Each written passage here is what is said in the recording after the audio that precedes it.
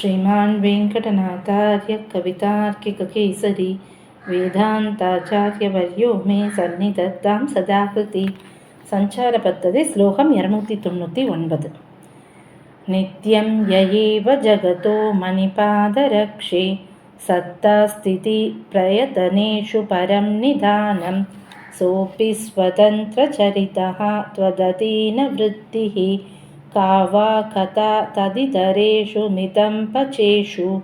பதபதார்த்தம். ஹே மணிபாதரக்ஷே, வாராய் கல்லிழைத்த பாதுகையே, யஹ ஏவ எந்த பெருமாள்தான், ஜகதா உலகத்தினுடைய, சத்தா உண்டாகிறதென்ன, ஸ்திதி கொஞ்ச காலம் இருக்கிறதென்ன, பிரயத்தனேஷு வியாபாரமென்ன இவைகளில், பரம்நிதானம் உயர்ந்த காரணமாயிருக்கின்றாரோ, ஸ்வதந்திர தன் ஆதீனமாயிருக்கின்ற, சரிதா வியாபாரத்தை உடைத்தாயிருக்கின்ற, சோபி அந்த பெருமாளும், நித்தியம் எப்பொழுதும், துவததீன உன் அதீனமாயிருக்கின்ற, விருத்திகி வியாபாரத்தை உடைத்தாய் இருக்கிறார், ததிதரேஷு அந்த பெருமாளை காட்டிலும் வேறான, மிதம்பசேஷு அற்பர்கள் விஷயத்தில், கா வா கதா கேட்க வேண்டியதென்ன அப்படின்னு சாய்க்கிறார். அதாவது சுவாமி இந்த பாதுகா சகஸ்ரம் எழுதுகிற அந்த பீரியடில் ஸ்ரீரங்கத்தில் நிறைய விதமான பிரச்சனைகள் இருந்தது. நமக்கே அது தெரியும் சுவாமியோட சரித்திரத்துலேருந்து. அதாவது தமிழ் வேதமான இந்த பிரபந்தங்களை சேவிக்கக்கூடாது அப்படின்னு ஒரு கோஷ்டியினர் இருந்தால், வேதங்களை மட்டும்தான் சேவிக்கணும், வேதம் மட்டும்தான் வசத்தின்னு ஆழ்வார்களை சேர்த்துக்கக்கூடாதுன்னு இருந்தால், இது ஒரு பக்கம் ஒரு பிரச்சனையாக இருந்தது. இன்னொரு பக்கம் எப்படி இருக்கும், பரமத பங்கம்லாம் அவர் எழுதுறதுக்கு காரணம் என்ன அப்படின்னா, இந்த மாதிரி பரதத்துவம் யாருன்றத வேதத்தில் சொல்லப்பட்ட பரபிரம்மங்கிறது ஸ்ரீமன் நாராயணன் தான் அப்படின்றத நிர்தாரணம் பண்ணுறதுக்கும் ஒரு பெரிய போராட்டங்கள் அந்த காலத்தில் நடந்திருக்கு. ஆக அந்த மாதிரி ஒரு சமயத்தில் பாதுகா சகஸ்ரம்ன்றத ஒரு வாய்ப்பை அவர் அழகாக அதை நமக்கு எங்கெங்கெல்லாம் நிர்தாரணம் பண்ண முடியுமோ இதை ஒரு வாய்ப்பாக எடுத்துட்டு அவர் எங்கெங்கெல்லாம் அந்த பரதத்துவத்தை நிர்தாரணம் பண்ண முடியுமோ எல்லாத்தையும் எல்லா இடங்கள்லையும் அதை சொல்லிகிட்டே வர்றார். நிறைய இடங்களில் நம்ம பார்க்குறோம், பிரம்மபட்டம், சிவப்பட்டம், கங்கை, அதெல்லாம் இந்த சாமியம்னா எதுக்கு அதெல்லாம் வர்றது, எதுக்கு அவளெல்லாம் பற்றி இந்திரன் இதெல்லாம் ஏன் வர்றது அப்படின்னா, இவா எல்லாருமே வெறும் தேவதைகள் தான், பெருமாளுக்கு சமம் கிடையாது, இவா எல்லாருமே பெருமாளுக்கு உட்பட்டவாதான்றதை அந்தந்த இடத்துலையும் நிர்தாரணம் பண்ணிகிட்டே வர.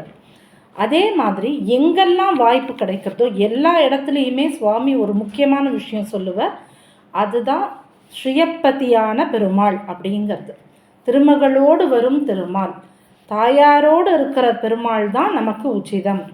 தம்பதி தெய்வத்தம் நகா அப்படின்னு ஸ்ரீஸ்துதியில் சாய்ச்சா மாதிரி தம்பதியாக இருக்கக்கூடிய பெருமாளும் தாயாரும் தான் இந்த ஜெகத் வியாபாரத்துக்கே மொத்த அதிகாரம் உள்ளவா அப்படிங்கிறதையும் எங்கெல்லாம் இடம் கிடைக்கிறதோ எல்லா இடத்துலையும் சாய்ச்சுட்டே வருவார்.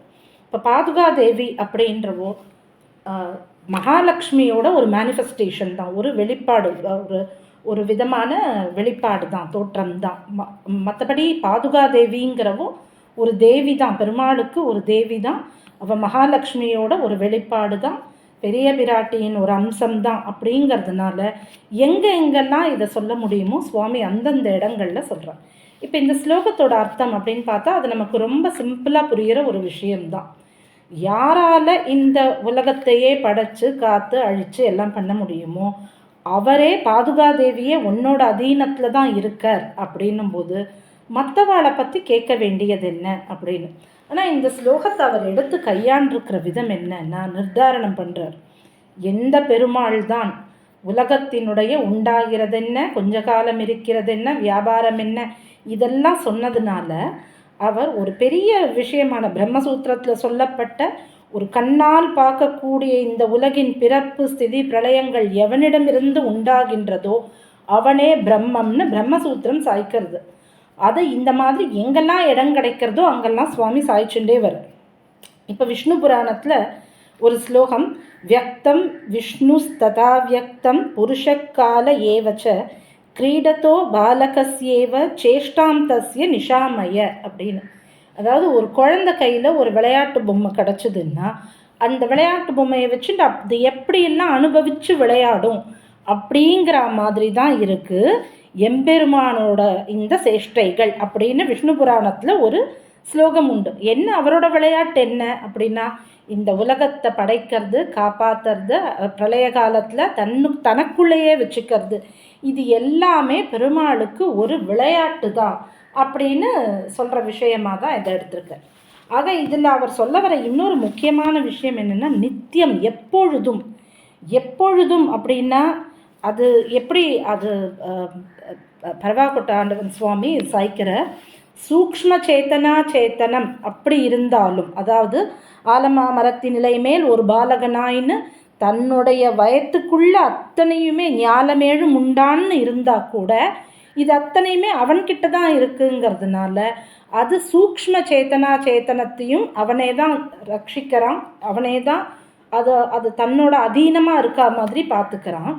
அல்லது ஸ்தூல சேத்தனா சேத்தனம், நம்மளால் பார்க்க முடிகிற இந்த வஸ்துக்கள் எல்லாத்தையும் படைத்தல் அப்படின்னும் போதும் அதுவும் அவனோட அந்த சுதந்திரத்தில் தன்னோட அதீனமாக தான் இருக்குது.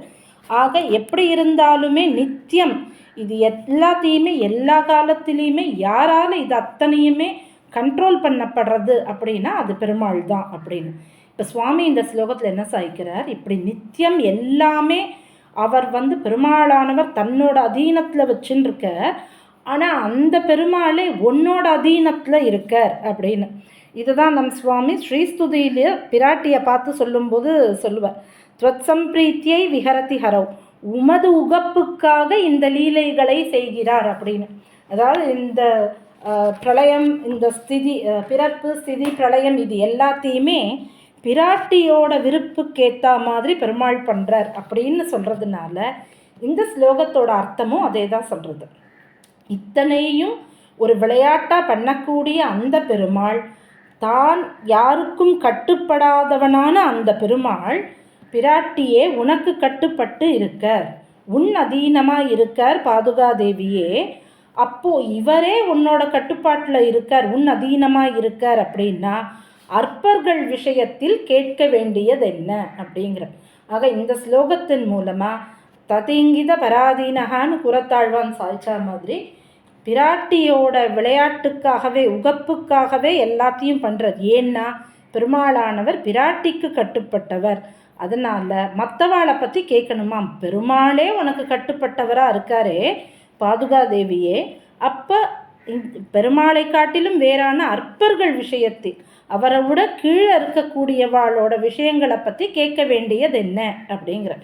ஆக இந்த உலகத்தோட இந்த மொத்தமான பிறப்பு ஸ்திதி பிரளயங்கள் எல்லாமே பெருமாளுக்கு உட்பட்டது, பெருமாளானவர் உனக்கு உட்பட்டவர் அப்படின்னு சொல்லி இன்னொரு முறை பாதுகா பிரபாவத்தை நிர்தாரணம் பண்ணுகிறாரடியே.